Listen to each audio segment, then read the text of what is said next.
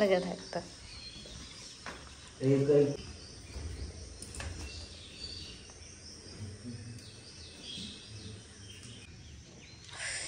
সকালবেলা ছাদে চলে আসার কারণ হচ্ছে সকালবেলা ঘুম থেকে উঠেছে অনেকক্ষণ হলো, আর এখন দেখো আজকে পুরো ঝরঝরে। কালকে ঘুমে ভাঙছিল না, কিন্তু আজকে একদম ঠিকঠাক আছে। চাটা খেয়ে এই দেখো চলে আসলাম ছাদে। রাত্রেবেলা রোজ বৃষ্টি হচ্ছে আর একটু কাজ কমে যাচ্ছে। কেন বলো তো, গাছগুলোতে জল দিতে লাগছে না। কি সুন্দর পুরো জল পেয়ে আছে, আর গাছগুলোও কি সুন্দর একদম চকচকে হয়ে গেছে। দেখো এই গাছ না নিচে অন্য কালারের আছে, নিয়ে এসে লাগাবো খানিকটা, ভালো লাগে। সূর্য মামা কোথায় গেলে? সূর্য মামার দেখা নেই। ওদিকে হচ্ছে অর্পণ বাবু, এখানে বেরোবে। এখানে না এবার এত সুন্দর শাক হয়েছে এইগুলোতে, শাক হেবি সুন্দর শাক। শুধু মনে হয় যেন তুলে তুলে নিয়ে আসে, কিন্তু ওই যে বাইরে না ওই কুকুর টুকুর আসে, তাহলে কুকুরে হিসু করে দিয়ে যায়। তো সেই জন্য আর ওই শাকগুলো নেওয়া হয় না। নয়তো শাকগুলো দেখে শুরু মনে হয় যাই গিয়ে একটু তুলে তুলে তুলে রান্না করি, এত সুন্দর শাক। তবে বাইরের লোকজন নিয়ে যায় জানো, বাড়ি আমাদের বাড়িতে তো আমরা জানি বাইরের কুকুরগুলো এসে হিসু করে দিয়ে যায়।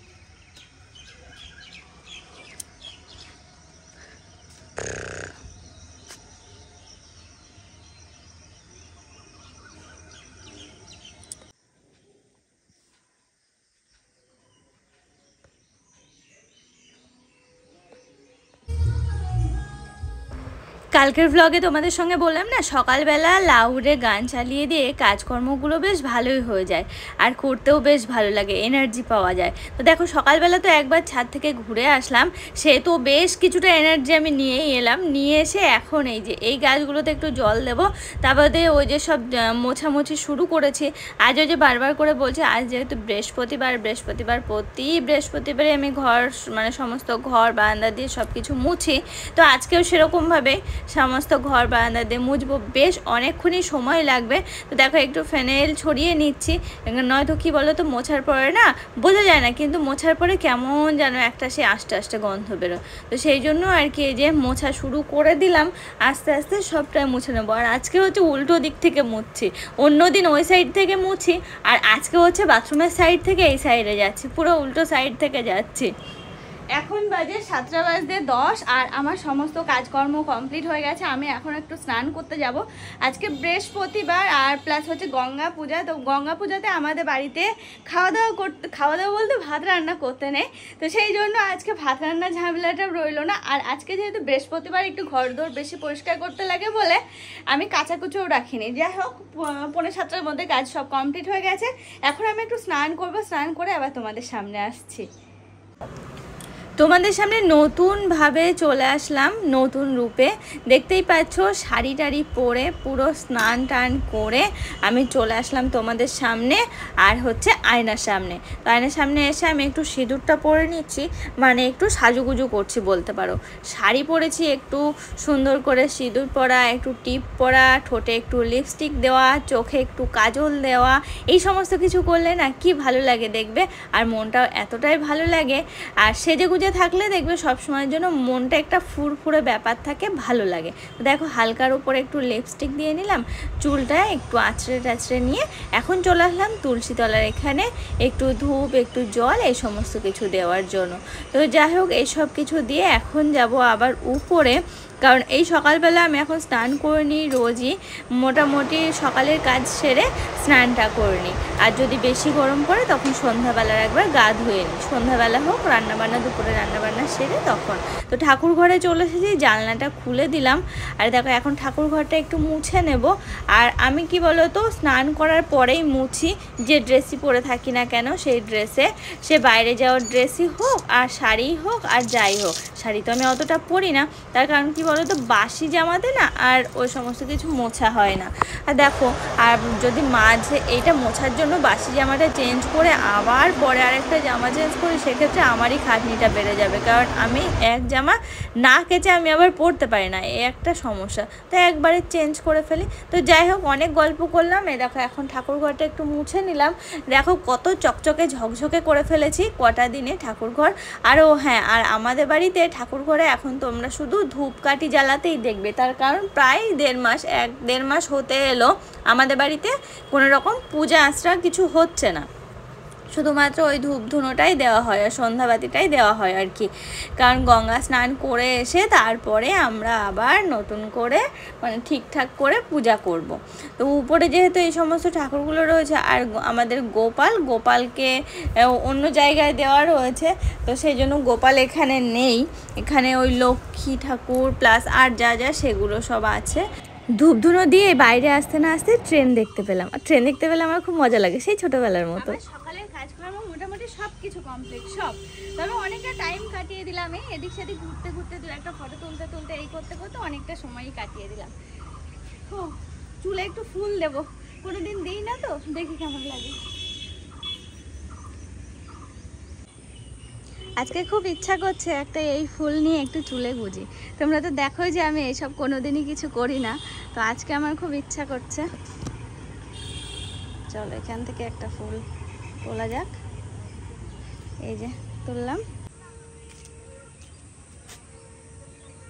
ক্লিপও নেই, থাকবে কিনা জানিও না। কেমন লাগছে? পাগল পাগল লাগছে না?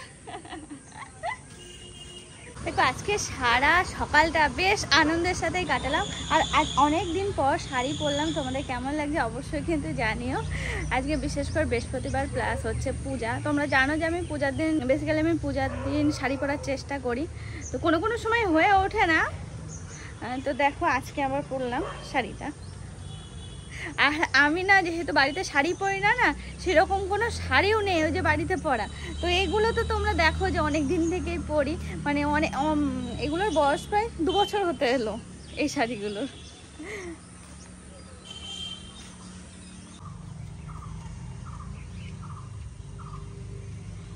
দেখো এই যে ঘরে চলে আসলাম, আর এখন না সেরকম কোনো কাজ নেই। এখন হচ্ছে আমি একটু কম্পিউটারে বসবো, তার আগে আমার একটু মোবাইলে কাজ আছে, সেটা সেরে তারপরে কম্পিউটারে বসবো। আর যে কালকে দেখালাম না, দাঁড়াও এই দেখো ওয়াল হ্যাঙ্গারটা, এই যে ওয়াল হ্যাঙ্গারটা, তো এটা কি বলো তো, এটা এই ঘরে থাকবে না, এটা থাকবে ওই ঘরে। এটা এমনি এরকম বসিয়ে রেখেছি। বুড়ি, ওটা হচ্ছে বুড়ি, ওটা ঘরে ছিল অনেক দিন আগে, তো এটা ঘরে যাবে। এইটা বসাবো না, অন্য কিছু।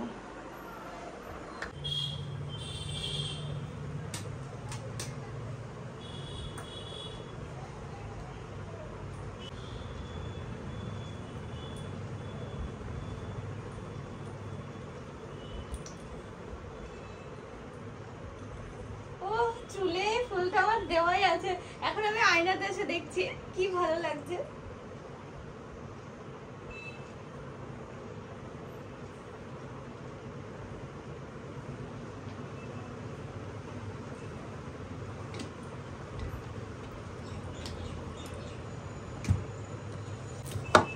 আর বলে না, কলাগুলোর যা অবস্থা হচ্ছে, এক গাদা এখানে কলা নেওয়া হয়ে গেছে।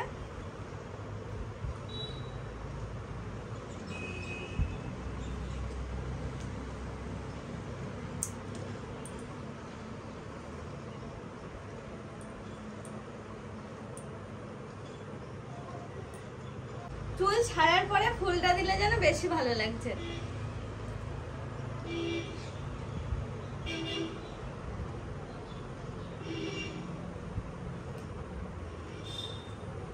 এখন ওমানকে পাওয়া গেছে জাম গাছে তোলার। দেখে দেখে বোঝা যায় না যে কোনটা সেই মাছরাঙা। দেখো অর্পণ মাঝে মাঝে ওঠে। এই দেখো দেখো, ও নিচের থেকে দেখে মনে হয় সব পাকা। হ্যাঁ নিচের থেকে দেখে তো মনে হয়। কিছু দেবো দেবো কিছু, কিন্তু এটা ওই টিনের উপরে ওঠো, উঠে ওই থকগুলো দেখা ফেটে গিয়েছে। বাহ, এত ইয়ে হয়েছে, এই পেকে গেছে এটা। একটা কিছু দিই ওরকম ভাবে ধরা যায়, খাবো না দেবো। আঁচল পাতে দাঁড়াও কাকা, একটুখানি জাম পাতা তুলেছি, একটুখানি বসো, তাহলে দাঁড়িয়ে থাকো।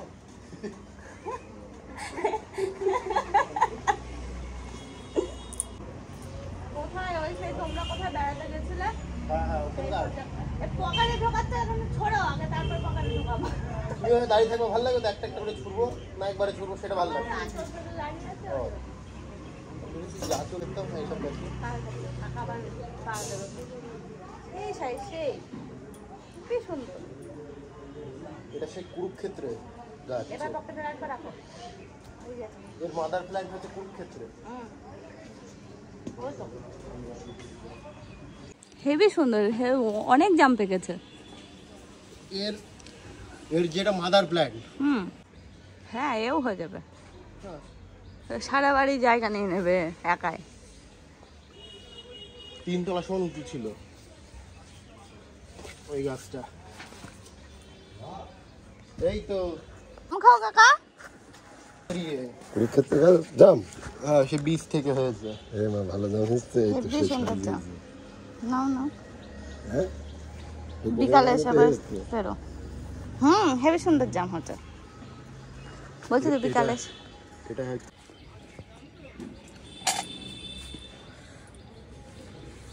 আমার না কটা লেবু লাগবে।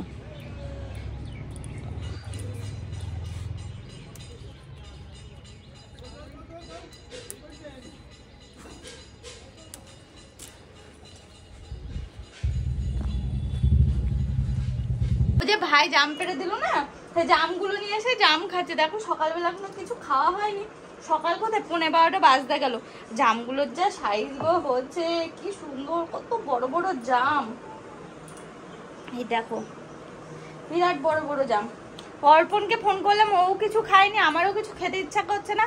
ও আসুক তারপরে কিছু একটা খেয়ে নেবো। আজকে যেহেতু ভাত রান্না করতে নেই, তো কালকে রাত্রেবেলা পান্তা ভাতও রাখা হয়নি। ও বারবার করে বারণ করলাম, দেখি ও যদি কিছু নিয়ে আসে, হোটেল টোটেল থেকে নিয়ে আসবে, না হলে ঘরে চিড়ে মুড়ি আছে, কলা টলা আছে, এইসব কিছু একটু দই নিয়ে আসতে বলবো, খেয়ে নেবো।